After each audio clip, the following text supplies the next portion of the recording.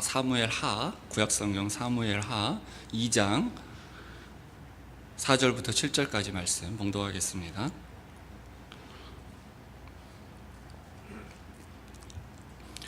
구약성경 465페이지 사무엘하 2장 4절부터 7절입니다. 짧은 구절이니 우리 한 목소리로 읽어보도록 하겠습니다.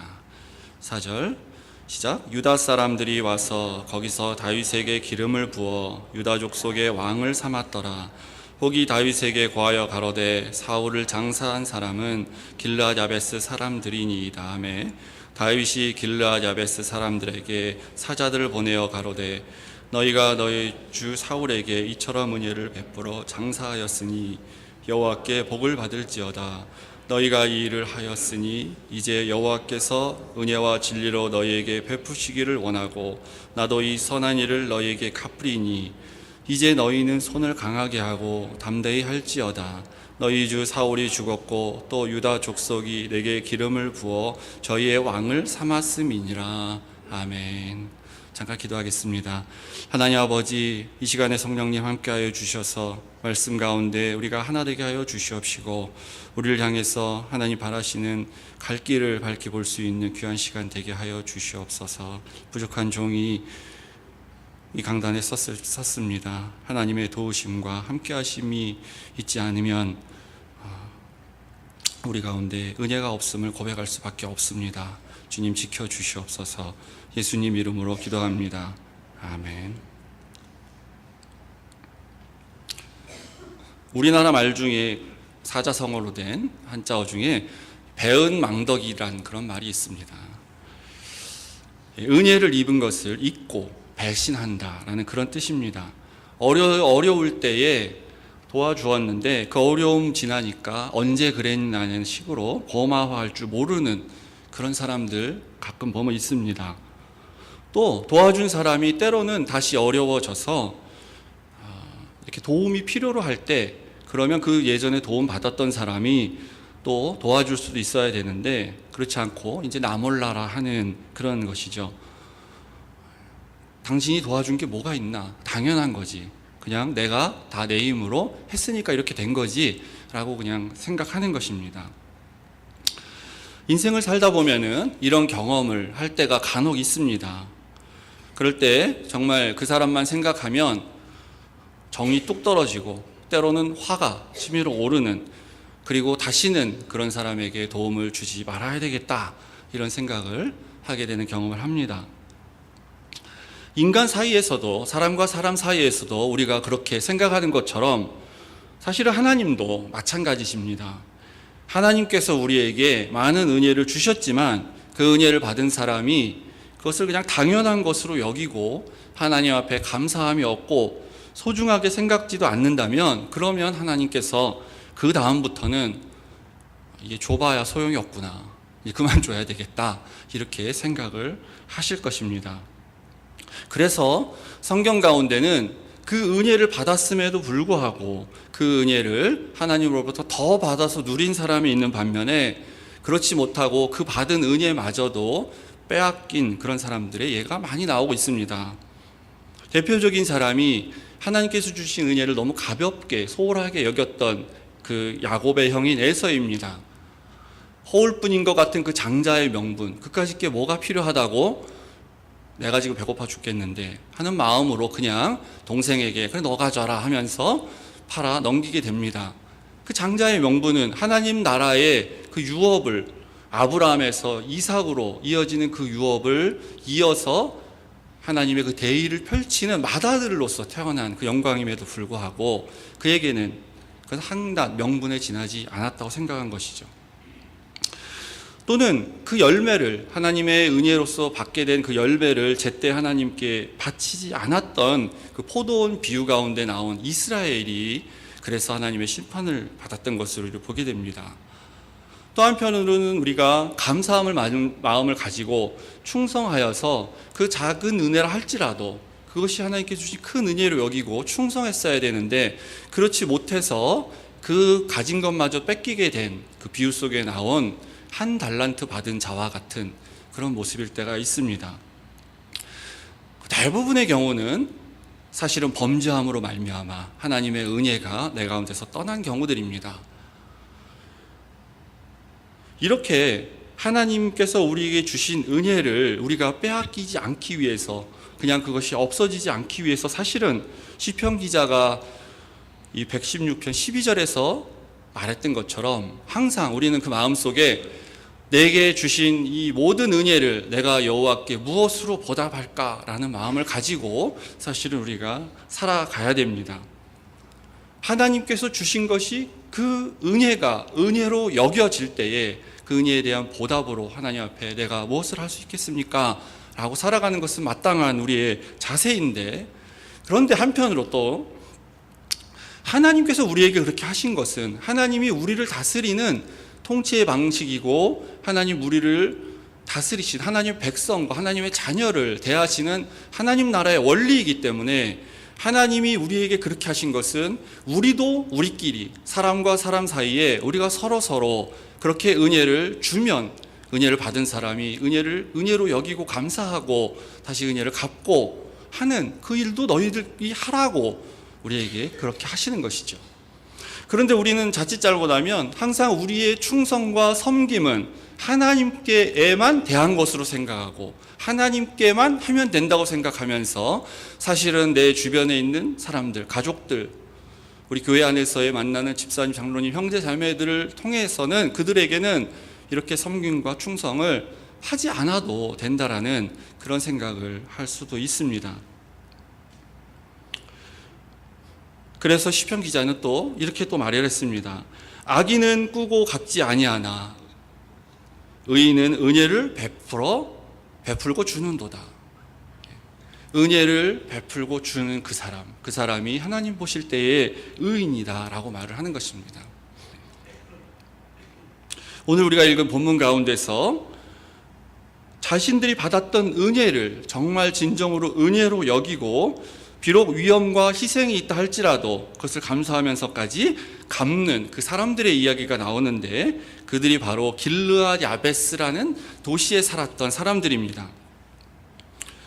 지금 이 상황은 다윗이 이제 망명 생활에 끝 무렵에 있을 때에 사울이 드디어 전쟁터에서 죽게 됩니다. 그 아들들과 함께 사울이 죽었다는 소식을 듣고 다윗은 블레셋 땅에서 했던 망명 생활을 청산하고 유다 남쪽에 있는 헤브론이라는 성으로 이제 다시 들어오게 됩니다.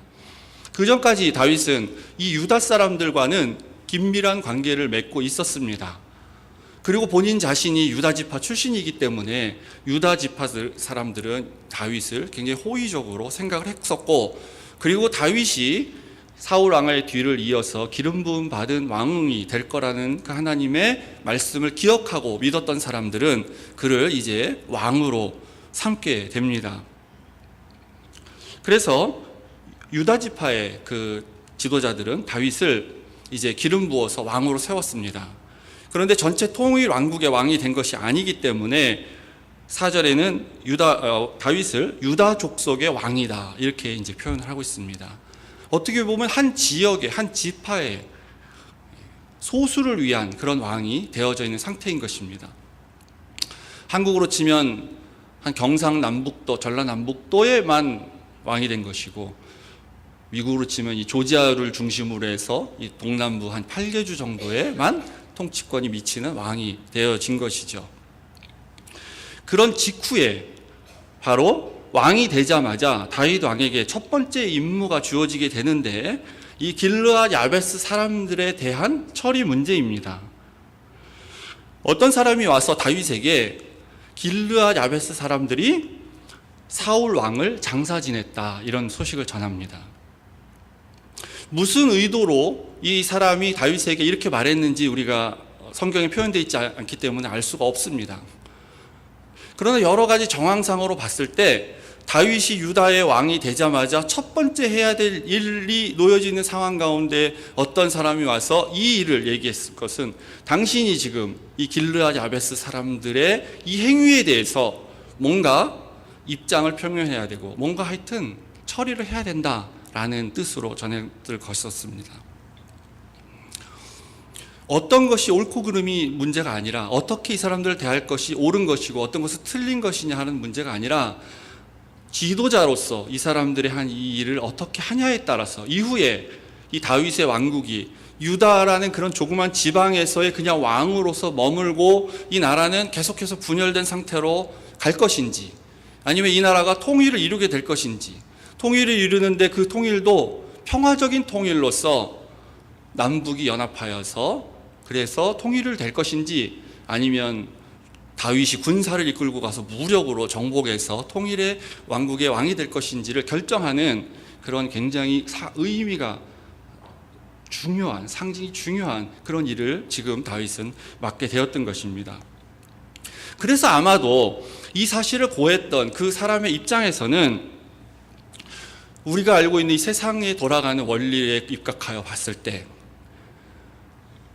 다윗 왕이요, 이 불순 세력들, 혹시라도 나중에 반란을 일으킬 가능성도 있는 이 사람들을 빨리 가서 초기에 제압하고 당신의 그 능력과 당신의 위엄을 보여줘서 다른 생각을, 헛된 다른 생각을 조금이라도 하지 않도록 해야 되지 않겠느냐 하는 마음으로 말을 했을지도 모릅니다. 왜냐하면 다윗과 사울은 정적의 관계였고, 사울은 다윗을 죽이려고 평생을 쫓아다녔던 사람이란 것에 대해서 모든 백성들은 사실은 다 알고 있습니다. 그런데 그 원수와도 같았던 사울이 이제 죽게 되었으니까, 그리고 다윗이 왕이 되었으니까 다윗의 세상이 이제 열리기 시작했는데, 그러나 여전히 지금도 사울을 잊지 못해서 여전히 사울에게 뭔가 충성을 하는 것과 같은 그 사람들이 있었는데, 그들의 한 행위가 사울을 장사지된 것이었고, 그 사람들은 길르앗 야베스라는 곳에 지금 살고 있기 때문에 빨리 조처를 취해야 되는 것이 아닙니까? 라는 의미에서 그가 와서 이렇게 말했을지 모릅니다. 사울 왕은 하나님께 범죄했고 하나님의 뜻을 거스린 왕이었기 때문에 우리는 사울 왕이 굉장히 나쁜 사람으로서 우리는 인식되어져 있습니다. 그러나 하나님께서 보실 때 나쁜 왕, 악한 왕, 범죄한 왕과 세상적인 관점에서 봤을 때의 그 지도자가 통치하는, 정치하는 것은 조금 다른 경우를 보게 됩니다. 하나님 앞에서도 악했기 때문에 백성들 가운데서도 악해서 아주 폭군처럼 그렇게 해서 언제든지 반란이 일어날 가능성이 있는 그런 왕이 있는 반면에, 때로는 하나님께서는 성경에 계속 악한 왕이라고 표현을 하지만 그러나 실질적으로 이렇게 정황을 보면 백성들한테는 그렇게 큰 불만이 없는 그런 경우들이 있는데, 대표적인 사람이 아합과 같은 그런 왕이었습니다. 사울도 사실은 사울의 재임 기간 동안에 어떤 반란이 있었다는 얘기 성경에 없었고, 나중에 시간이 더 지난 다음에 다윗의 아들인 압살롬이 반란을 일으켰을 때 오히려 그때 당시에 이 다윗 편에 서야 되냐 압살롬 편에 서야 되냐 이 고민을 백성들 가운데서 했을 것입니다. 신하들도 했을 것이에요. 그때 이제 일부는 다윗 편에 쓰고 대다수의 사람은 압살롬 편에 섰을 때, 에이 압살롬도 아니고 다윗도 아니다, 차라리 사울의 그 왕조를 다시 세우는 게 낫지 않겠느냐라고 하는 사람들이 그 뒤에 나타나는 것들을 봤을 때는 사울의 이 정치적인 그런 행동은 백성들에게 봤을 때는 좀 다른 평가를 받았던 것입니다. 그래서 여전히 지금 북이스라엘에 사울을 추종하는 많은 사람들이 있고, 또 비록 힘은 없지만 다윗 사울의 아들이 여전히 있고 그의 군대 장관이 그 세력을 가지고 있는 이때에 반란의 기미가 좀 보이는, 나를 대적하는 것처럼 보이는, 이미 죽은 왕인 사울을 추종하는 것처럼 보이는 그 사람들이 있을 때, 보통 우리가 생각하는, 그리고 우리가 이 세상 가운데에서 세상적 지도자들을 봤을 때 그들이 하는 모든 행위들 가운데서는 항상 조기에 진압하고 말도 못하게 하고 정죄하고 너희들은 우리 편이 아니고, 그래서 아주 강한 반대를 하는 그런 일들을 행하는 게 마땅하다고 생각이 되어지는데, 그런데 다윗은 정반대의 선택을 하게 됩니다. 다윗은 이 길르앗 야베스 사람들에게 사자를 보냅니다. 자기의 부하들을 보냅니다. 그러고 나서 그들에게 말을 하는데, 다윗은 이렇게 말하고 있습니다. 너희 주 사울에게 이처럼 은혜를 베풀어서 장사하였으니, 너희들이 그 한 행위가 사울 왕의 시신을 가져다가 장사한 그 행위가 무슨 행위냐면 은혜를 베푼 행위이고, 그 은혜를 베푼 것은 하나님께서 원하시는 행위이기 때문에 너희들은 그 행위로 말미암아 여호와께 복을 받을지어다 라고 말을 하고 있습니다.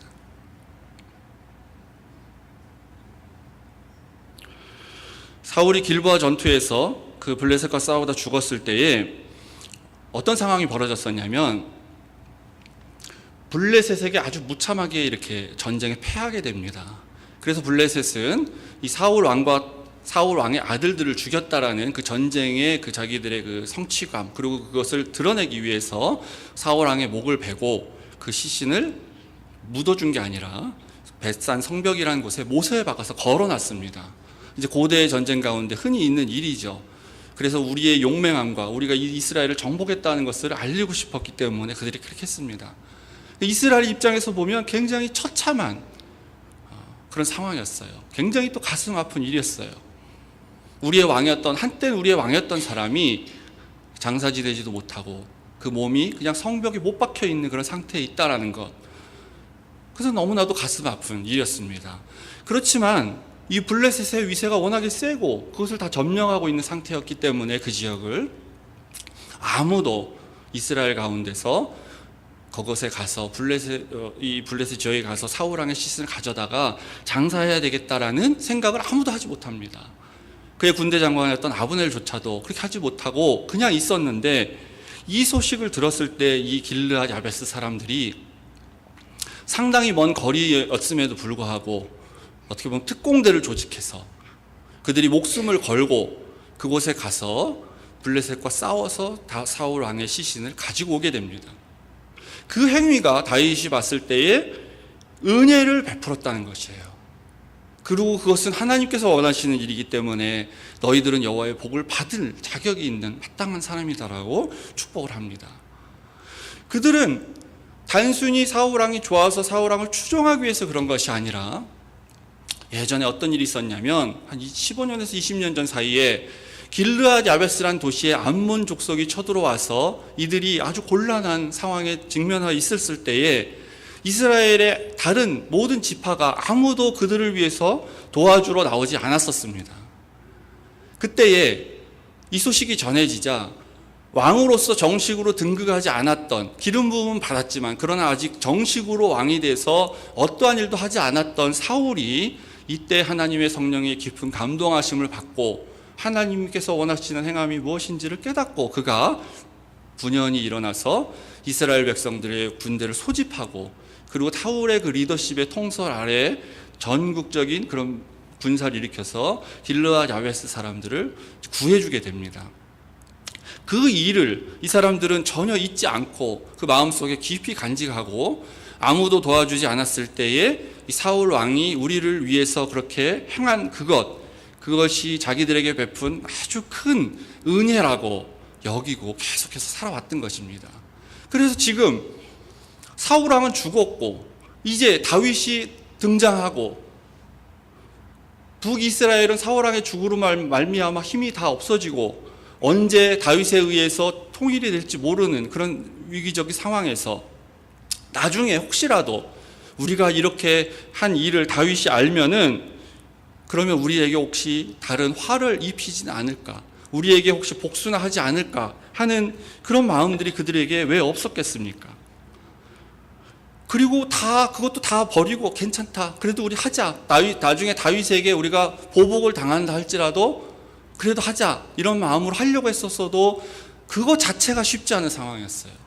그 먼 거리를 와서 그 블레셋 사람들과 싸워서 사울의 시신을 가지고 길르앗으로 돌아간다는 것 자체, 그게 굉장히 어려운 그런 상황이었었습니다.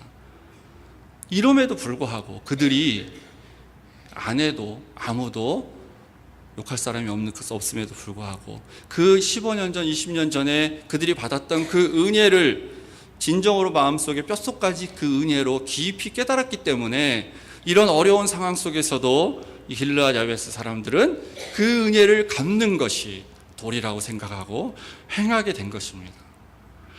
다윗은 그들이 한 그 행위가 나를 배반한 행위가 아니고 나를 대항하는 행위가 아니고 이것이 하나님의 뜻을 행하는 행위로 평가하고 보았습니다. 그래서 그들에게 복을 내리고 그리고 내가 너희들에게 이제 도로 갚겠다. 나도 이 선한 일을 너희에게 갚겠다. 그 은혜는 사울이 행했고 그것을 통해서 사울이 다시 받음을 받았는데 사울은 이미 죽고 없는 상태죠. 지금 이 길르앗 야베스 사람들이 한 다시 그 되갚는 은혜의 행위에 대해서 사울이 갚는 게 아니라 다윗이 자기가 내가 너희들에게 다시 갚아주겠다라고 말하면서 사울이 행했던 그 일들을 그대로 본인이 계승하면서 자기 자신이 이제 하나님의 일을 이제부터 행나가는 하나님이 세움받은 왕이다라는 것을 얘기합니다. 그래서 나는 비록 내가 남쪽의 왕이지만 그럼에도 불구하고 북쪽에 살고 있는 너희들을 위해서 내가 이제 7절의 말씀 그런 겁니다. 너희 손을 강하게 하고 담대히 하라. 그런 것은 너희들은 지금 너의 왕이 없다고 죽었다고 두려워하지 말고 강하고 담대하게 해라. 왜냐하면 내가 너희들을 지켜줄 것이기 때문에 그렇게 한다라고 말합니다. 똑같은 일에 대해서 다윗은 바라보는 관점이 전혀 달랐었습니다. 그냥 다윗이 이 사람들을 적으로 만들고 이 사람들을 정죄하고 필요하다면 군사를 일으켜서 가서 너희들이 어떻게 그런 일을 행하냐고 징벌을 했을 수도 있었을 것입니다.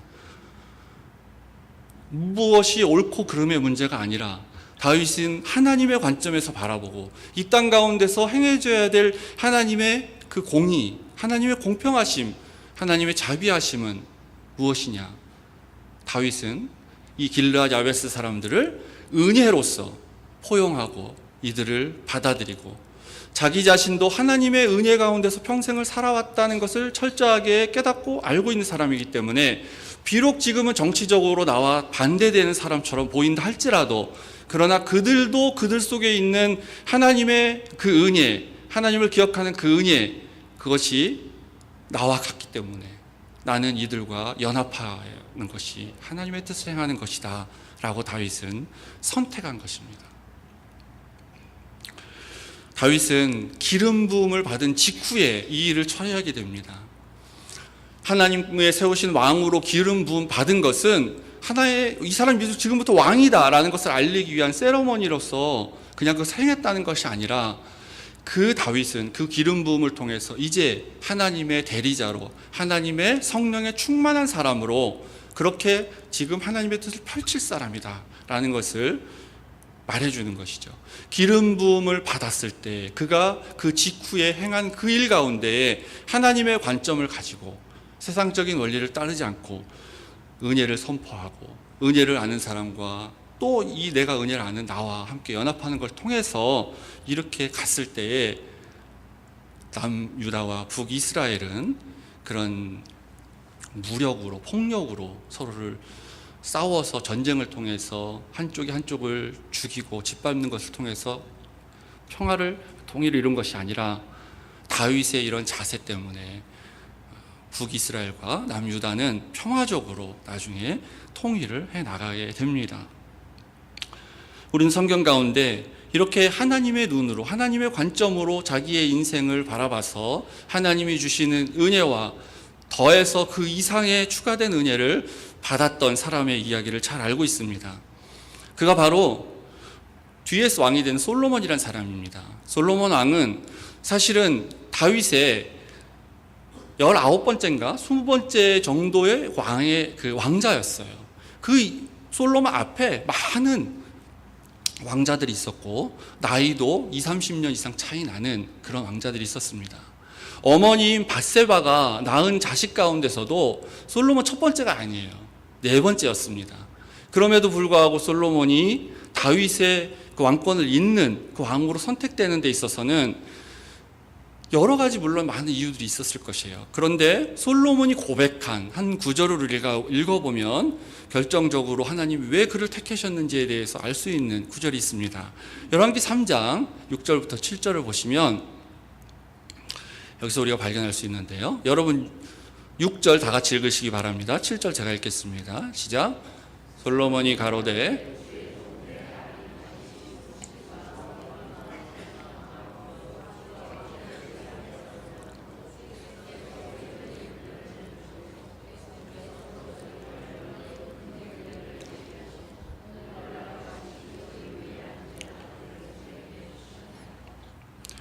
7절.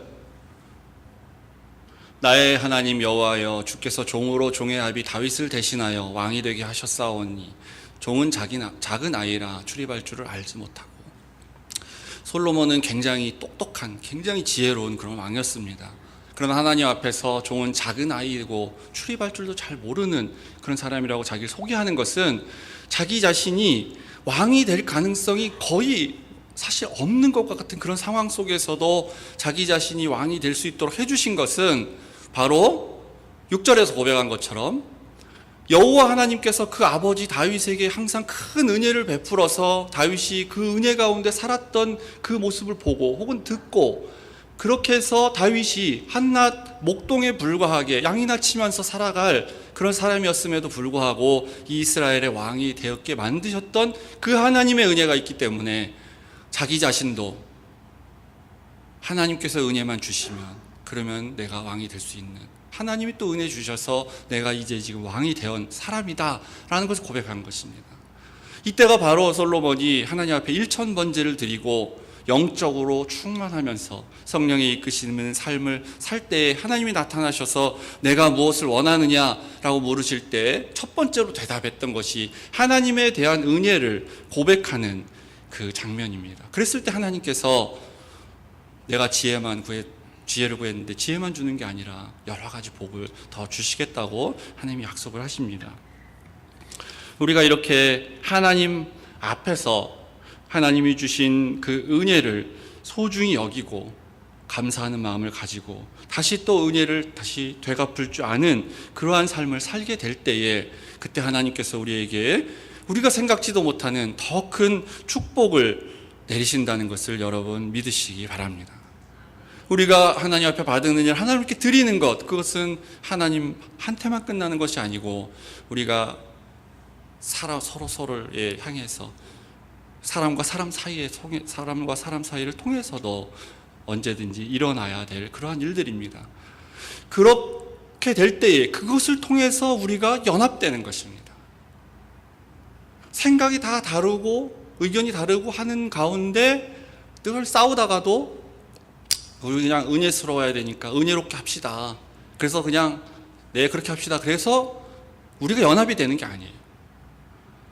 우리는 다 다르고 생각이 다르지만 내 안에 있는 은혜를 생각하면서 다른 사람 속에 있는 그 은혜도 소중하다는 것을 발견할 수 있는, 다른 사람이 하는 그 일들도 저것이 은혜의 그런 감사하는 마음으로 행하는 것이라는 것을 바라볼 수 있는 눈이 내가 있을 때에 그때 우리는 자연스럽게 자동으로 은혜라는 이름 안에서 서로가 연합되는 것을 우리가 경험하게 되는 것입니다.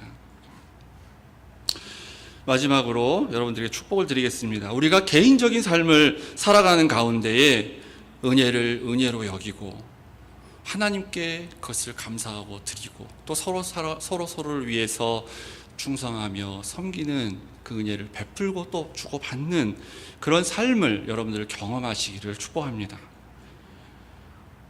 또한 우리의 개인적 이런 삶들이 모아져서 우리의 공동체 안에서, 우리의 교회 안에서 이 하나님의 은혜로 말미암아 우리가 하나 되고 있구나라는 것을 경험하기 시작했을 때에 진정한 연합이 일어나게 됩니다. 나와 생각이 다른 사람이 있다 할지라도 그 사람이 은혜를 알고 깨닫고 행하는 사람이라면 그 사람과 연합하시기를 바랍니다. 그 사람과 함께 있으시기를 바랍니다. 그렇게 됐을 때 우리가 하나됨을 확인하고 경험하고 교회 가운데 여러 가지 어려움이 있다 할지라도 그것을 통해서 우리가 극복할 수 있는 힘을 얻게 되는 것이고, 하나님께서 이 땅 가운데 교회를 세우신 그 사명에 부응하여서 우리가 하나님의 그 일들을 잘 수행해 갈 수 있는 그러한 교회가 될 수 있습니다. 이런 교회가 될 수 있도록, 이런 화평장로회가 될 수 있도록 여러분 모두가 하나님 안에서 은혜에 감사하고 또 사람들을 통해서 받은 은혜에 감사하는 그러한 삶을 사시기를 축복합니다.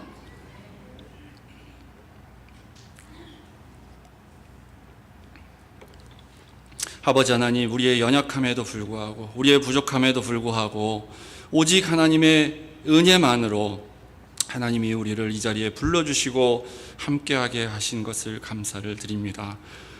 우리가 그렇게 내가 다 은혜로 말미암아 이렇게 되었다는 것을 고백할 때에 다른 사람들을 향해서 내 주장을 하고 다른 사람들이 나와 맞출 것을 기대하는 것이 아니고 우리가 주님께서 주시는 그 은혜로서 함께 다 한 공동체로 연합할 수 있음을 고백하게 됩니다. 다윗이 은혜를 선택했던 것처럼 이 세상 가운데서도 우리도 은혜를 선택하여서 은혜의 통치가 일어나는 우리 교회가 되게 하여 주시옵시고 우리가 살고 있는 우리의 국가와 사회가 될 수 있도록 하나님 우리를 긍휼히 여겨 주시옵소서. 예수님 이름으로 기도합니다. 아멘.